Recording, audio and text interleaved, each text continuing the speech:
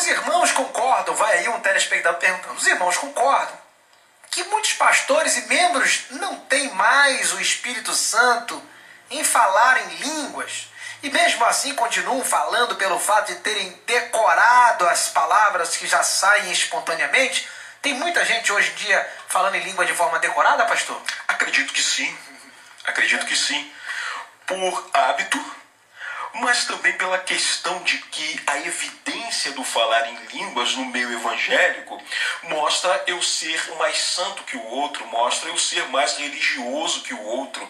Então essa questão de mostrar essa evidência no falar em línguas, principalmente em público, Pode se tornar uma vaidade. pode se tornar uma vaidade.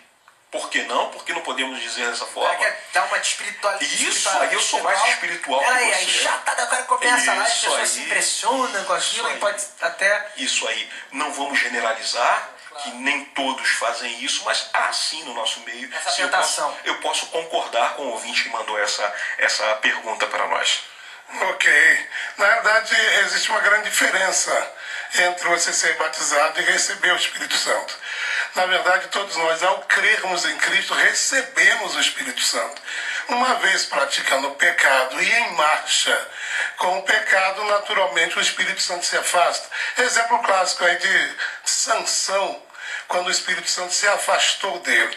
Então, quando você aceita Cristo como Salvador, você recebe o Espírito Santo. Porém, isso não define tudo na esfera espiritual. É preciso buscar o revestimento, que é a busca do batismo com o Espírito Santo. Agora, obviamente, existem pessoas que acabam gravando. Isso na área psicológica, isso é muito bem entendido. Você ouve uma frase várias vezes, daí você decora automaticamente e acaba repetindo.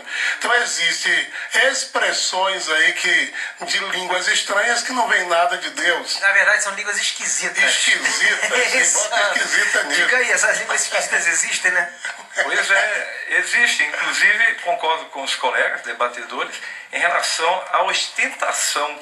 E isso estava acontecendo em alguns momentos na igreja que estava em Corinto. Paulo fala para falar em secreto, né? No quarto. Paulo fala, desde que, se não há intérprete, realmente deve-se fazer isso. Agora, foi feita uma pesquisa na universidade lá nos Estados Unidos, Columbia, eu li um artigo, não me lembro o autor, chega a dizer que línguas espirituais ou estranhas foram, a grossolalia, né, foram gravadas e foram levadas para doutores em linguística, ok? Então, o que aconteceu? Eles ouviram as línguas, porque traduzia uma coisa, palavras. Agora, a interpretação de línguas, que é um dos dons espirituais, é a interpretação de uma mensagem.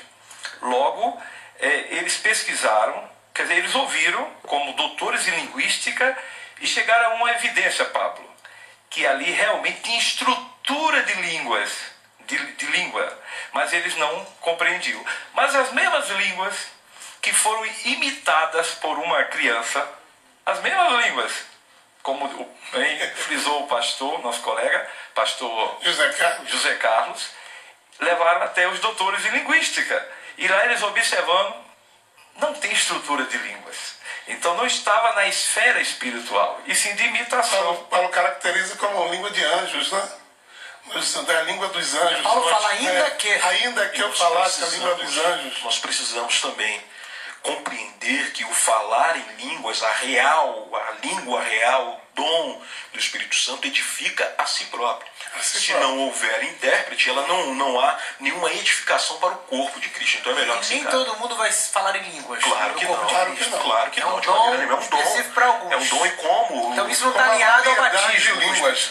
Pode ser que de repente a pessoa, ao ser batizado, a evidência do batismo com o Espírito Santo é falar em línguas. E pode ser que o cidadão nunca mais fale em língua.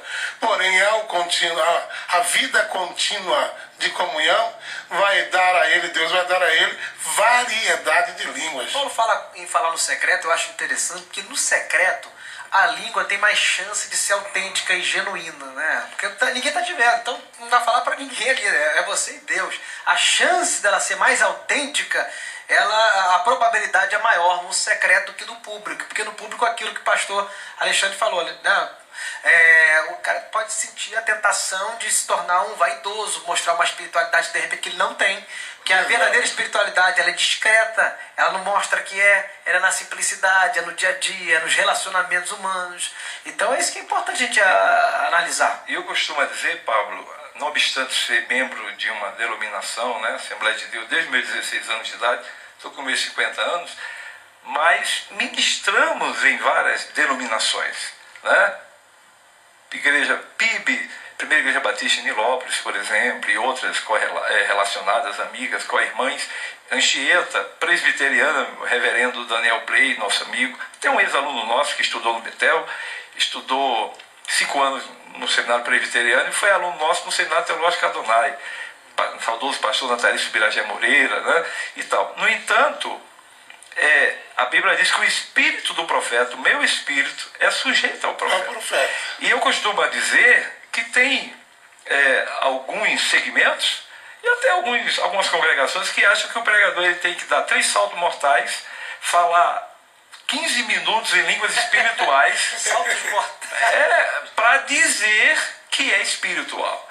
Então, carisma, eu tenho 2 filhos pregadores, Jonatas e o Jadiel, e sempre digo isso para eles, orientando, e o mais novo, né, o Josué, que carisma é uma coisa, caráter é outra. O indivíduo muitas vezes ele carismático demais, mas o caráter, e muitas vezes aquele que tem o seu estilo, cada um tem o seu estilo, né? Certamente John Wesley, que tinha uma linha arminiana, tinha o seu estilo, o Whitefield, pregador ao ar livre, tinha o seu estilo, Calvino, Lutero e assim por diante. Contudo, havia uma manifestação do Espírito Santo. A história moderna mostra isso. Então cada um tem seu estilo, sua maneira, e o Espírito Santo ele distribui os dons da maneira que ele quer. Agora tem, infelizmente, esse mito, essa falsa interpretação bíblica, que a espiritualidade está em muito barulho. E às vezes há muito barulho, mas na verdade não há unção. Entra um pouco o que nós falamos sobre a questão de decorar as línguas.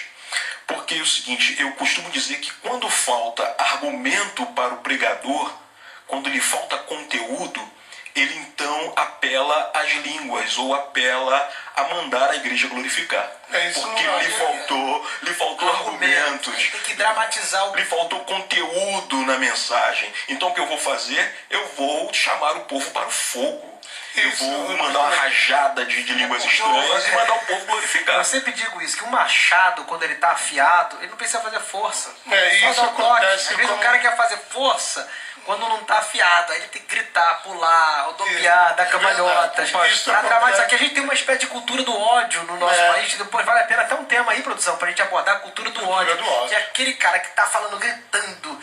Às vezes tem mais credibilidade do que o cara que fala manso e sereno. Que está ensinando a igreja. Porque já viu pessoa assim que tem uma personalidade tão forte, tá falando um monte de besteira, mas se tiver uma personalidade forte, parece que o público olha com um olhar de atenção, de credibilidade, exatamente por causa dessa cultura do ódio. E aí o homem lá, sereno, mas está falando verdades profundas, libertadoras, às vezes a pessoa não consegue observar. Isso acontece de maneira até inconsciente do indivíduo, porque ele entende que o dom que ele tem deve ser expressado fisicamente. A gente precisa ter muito entendimento quanto a isso, que a manifestação da alegria na forma corpórea, ela se manifesta de muitas formas.